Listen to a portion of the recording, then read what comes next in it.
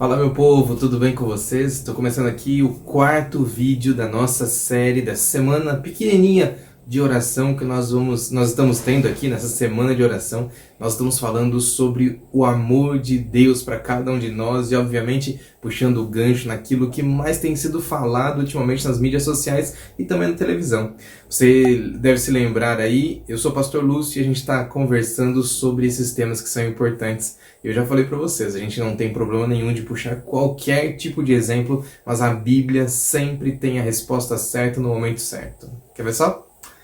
Essa semana eu estava pensando aqui sobre o que é que eu podia falar, como é que eu podia então desenvolver esse quarto dia. Eu me lembrei de uma das situações que aconteceu ali dentro do Big Brother Brasil. A gente está comentando sempre sobre o Big Brother, então eu vou citar aqui para vocês mais uma das coisas que aconteceram ali.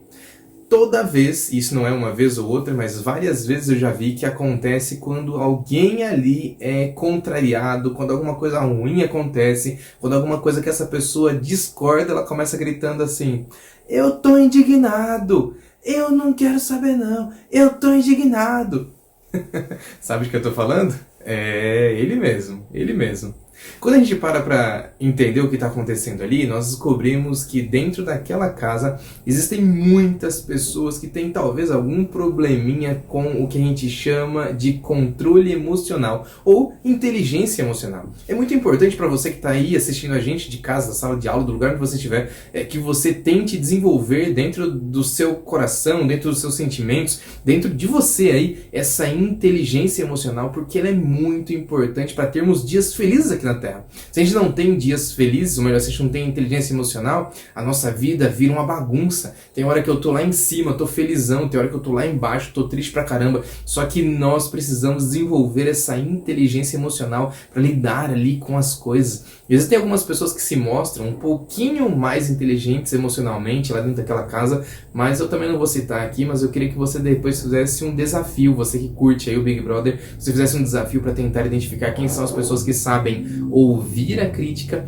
quem sabe processar a crítica e consegue ali levar aquela situação na conversa, levar aquela situação sem gritos, sem exaltações, e ali essa pessoa consegue sair de boa dessas situações. O nome disso, inteligência emocional. Sabe que, por falar em inteligência emocional, a Bíblia obviamente não usa esse termo em lugar nenhum, mas ela dá pra gente alguns momentos onde algumas pessoas tiveram que ter uma inteligência emocional ao extremo. Um dos exemplos é o que a Bíblia relata lá no livro de Juízes, quando a Bíblia conta pra gente sobre a história de Gideão. Gideão era um homem, um camponês daquela época, e ele vivia ali até que veio um exército gigantesco com mais de 135 mil homens contra o pequeno vilarejo que eles viviam. Pequeno não, era uma cidade ali bem estabelecida com outras cidades em volta. Então eles resolvem se ajuntar e eles então conseguem encontrar todos os grandes guerreiros daquela região. E ali quando eles encontram todos os grandes guerreiros, eles só tinham 35 mil pessoas. Era um pouquinho. Eles não tinham como batalhar com aquele exército gigante. Então eles começam a pedir a Deus e orar, e Deus então fala para eles: vocês são muitas pessoas ainda, 35 mil é muita gente.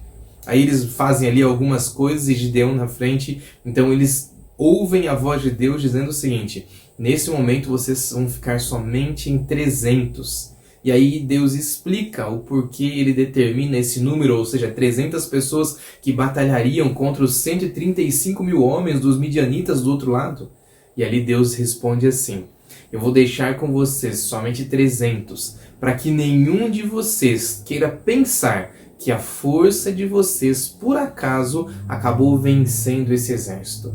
E ali tem uma história fantástica que quando você lê, você desacredita até de tão fantástica que ela é. Aquele pequeno exército de 300 pessoas não precisa levantar uma espada, mas eles simplesmente com uma artimanha bem criada, obviamente por Deus, eles conseguem derrotar 135 mil homens sem ter que derramar o sangue de nenhum deles. Olha só que legal, mas como é que a gente fala que isso daí é inteligência emocional? Deus vira para Gideão 2 vezes dizendo assim: vocês ainda são muitos. Nesse momento eu quero que vocês diminuam esse número de pessoas, porque senão vocês vão achar que foram vocês que ganharam. Você ter que parar, olhar para a crítica, olhar para a situação em volta e você ter que se segurar e dizer que aquilo que está acontecendo é realmente o melhor para você, para o seu crescimento e para as coisas que estão ao seu redor, com certeza isso é inteligência emocional. Gideão, que tinha uma crise existencial, teve que então se controlar e de forma inteligente, emocionalmente, ele então conseguiu entender o plano de Deus para a vida dele. Você já viu que até agora eu não abri a Bíblia? Só citei? Eu queria então começar lendo com você alguns textos da Bíblia, então faz uma coisa por favor, feche seus olhos, baixe sua cabeça, nós vamos falar com Jesus mais uma vez. Paizinho querido, Deus de amor e bondade, muito obrigado pelo seu cuidado e carinho. Mas nós vamos agora abrir a palavra de Deus, então por favor nos abençoa, ajuda para que cada aluno, cada aluna, cada pessoa que está assistindo essa nossa série, desde o YouTube, o Facebook, onde quer que essas pessoas estejam assistindo, para que todos possam ser abençoados pelo Senhor e que nossa mente seja aberta, seja expandida, para que nós possamos compreender a sua palavra nesse momento. Cuida da gente, nós te pedimos tudo isso em nome de Jesus. Amém. Eu vou pegar minha Bíblia, a minha Bíblia está bem aqui no cantinho e eu quero ler com você pelo menos 3 textos que mostram pra gente sobre o que é inteligência emocional, falando sobre a nossa Semana Santa, que é a semana que nós estamos fazendo aqui. Quando Deus vem ao mundo, ele então passa por muitas dificuldades, ele entrega a vida, ele ali sofre demais, as pessoas batem, cospem no rosto dele, mas não é dele que eu quero falar. Eu quero falar sobre os seguidores dele, sobre as dicas que os seguidores de Jesus dão pra gente quando eles também são colocados à prova e agora eles têm que entender como Deus dá pra gente uma forma de crescimento, uma forma de termos então a inteligência emocional que nós precisamos. E a primeira dica que eu tenho pra você, ela tá ali no livro de Gálatas, no capítulo 2, no verso 8.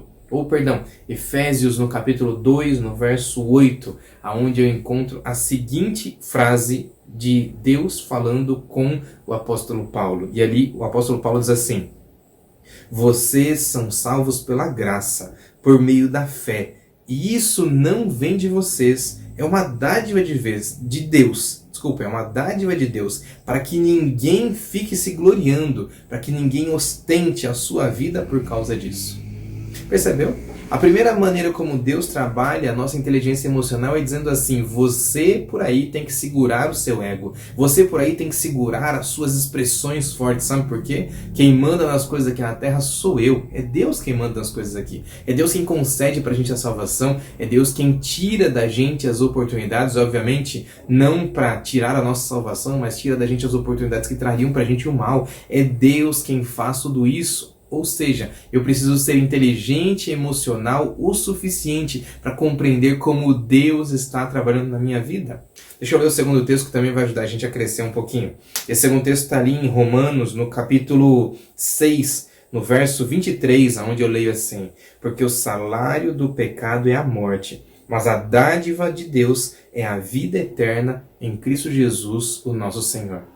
Talvez uma das maiores contribuições da Bíblia para a nossa vida não seja na verdade esse texto que nós lemos aqui. Porque Deus identifica para a gente o que significa o pecado. E nós, como seres humanos, precisamos sim entender que a nossa natureza, o nosso coração, ele sempre busca o pecado. E de forma inteligente, nós precisamos parar e pensar no que é que nós vamos fazer. Já que nós somos maus, já que nós somos pecadores, já que nós fazemos coisas erradas. Aí eu faço só um parênteses aqui e tento fazer você lembrar das expressões ou das experiências que nós temos assistido na televisão a partir do Big Brother Brasil. Pessoas que estão ali e fazem coisas erradas, mas ficam julgando que estão corretas. Pessoas que fofocam, pessoas que mentem, pessoas que aumentam as histórias, pessoas que ficam ali como fingindo na frente de alguém que está tudo certo, mas quando vira a cara, quando a pessoa não está ouvindo, ali eles xingam, ali eles humilham, ali eles contam mentiras. Presta atenção que isso não é ter inteligência emocional. Na verdade, isso é rebaixar as outras pessoas porque você não tem um emocional bom, um emocional satisfeito, um emocional transformado por Jesus. Porque Jesus diz assim pra gente: vocês aí, infelizmente, mesmo que vocês tentem usar todas as suas forças, vocês não conseguirão fazer o que é correto.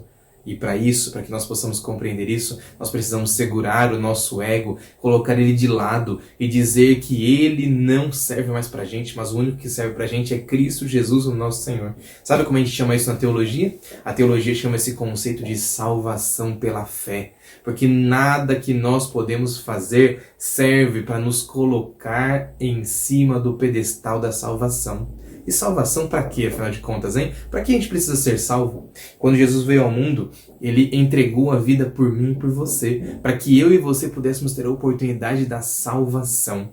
E eu fiz essa pergunta, para que serve a salvação? Porque outro dia, sentado na minha sala ali na igreja, eu recebi um jovem que começou a conversar comigo e disse assim: mas pastor, para que eu tenho que ser salvo? Eu não me sinto perdido. Mas a Bíblia é clara em dizer pra gente que a nossa natureza é pecaminosa, ou seja, nós estamos fadados, nós estamos marcados a fazer coisas erradas o tempo inteiro. E quando nós fazemos coisas erradas, nós estamos definidos, estamos marcados a ir para o buraco, para um lugar onde Deus não gostaria que nós fôssemos. Mas na verdade a Bíblia define isso como a perdição total. Eu não preciso citar para você, porque você já deve ter se lembrado aí de João no capítulo 3, no verso 16, porque foi Deus quem deu a vida do próprio Filho, para que todos que crescem nele pudessem então ter a vida eterna. Só que como é que eu acredito em tudo isso? Como é que eu desenvolvo então essa inteligência emocional e como é que eu cresço a partir de tudo isso que nós acabamos de falar aqui? É a dica que nós temos. Está lá bem no finzinho da Bíblia. Logo antes do livro do Apocalipse tem o livro de 1 João, ou seja, a primeira carta de João, a que ele escreve, que ele envia para pessoas que são novos crentes ali na região que ele estava cuidando como pastor. Ali em 1 João, no capítulo 5, no verso 4, a Bíblia diz assim para a gente: e é essa a vitória que vence o mundo, a nossa fé. Sim, ter fé é ser inteligente emocionalmente. Sim, a nossa inteligência emocional precisa passar pela fé em Cristo Jesus. Por isso, se você ainda não desenvolveu sua fé, se você por acaso ainda não desenvolveu sua inteligência emocional, se você por acaso ainda não conseguiu alcançar a sua salvação, o convite que Jesus faz para você, assim como ele faz para mim, é para que nós possamos entregar a nossa vida nas mãos dele. Que a gente permita que ele transforme a cada um de nós para podermos aproveitar dos méritos grandiosos daquele Cristo Jesus que um dia morreu numa cruz de braços abertos, entregando a vida por você e por mim. Eu sei que nós não temos muitos minutos aqui, eu tento fazer os vídeos o mais curto possível para que você aí possa compreender e não se entediar com todo esse conteúdo, mas eu quero dizer para você que nós precisamos ter essa inteligência emocional de entender que somente vem de Jesus a salvação, engolir as coisas que são erradas e compreender que nós podemos sim ser corretos quando estamos ao lado de Cristo. O meu chamado para você, o chamado da Bíblia para você, é para que a gente se entregue nesse momento nas mãos do nosso Criador, nas mãos do nosso Deus que é maravilhoso, nas mãos do nosso Deus que é tão grande e poderoso que Ele permite que nós todos aqui possamos aproveitar da salvação pela fé em Cristo Jesus. Tenha fé em Jesus, entregue sua vida e aproveite da morte dele, não para a gente ficar triste, mas para nós ficarmos felizes, porque Jesus morreu em nosso favor, para que eu e você não precisássemos perecer, mas para que a gente pudesse ter a vida eterna. Eu queria terminar esse momento com uma oração. Queria terminar esse momento entregando a sua vida nas mãos de Deus. Se você quer entregar a sua vida nesse momento, não precisa fazer nada. Basta você conversar com Deus em pensamento. Vamos orar? Ora junto comigo. Paizinho querido e Deus de amor e grande bondade, entregamos a nossa vida nas tuas mãos. O Senhor é grande, é poderoso, o Senhor fez todo esse universo e ao mesmo tempo se preocupa com cada um de nós. Nós aqui, na condição de pecadores, de fracos, de pessoas ruins que sempre humilham aos outros, nós aqui, Pai, queremos pedir o seu perdão, queremos pedir o seu cuidado e o seu carinho, para que nós aqui possamos ser transformados para poder aproveitar a sua salvação, a sua graça e a sua fé, a fé de acreditar nesse Deus que é tão grande que cuida de cada um de nós. Nos abençoa, por favor, nos perdoa e nos ajuda a sempre crescer no seu caminho. É o que nós te pedimos e agradecemos em nome de Cristo Jesus. Amém e amém. Deus te abençoe. Um grande abraço. Amanhã é o nosso último dia, a nossa última meditação da nossa semana de oração. Eu espero você. Fica com Deus. Tchau, tchau.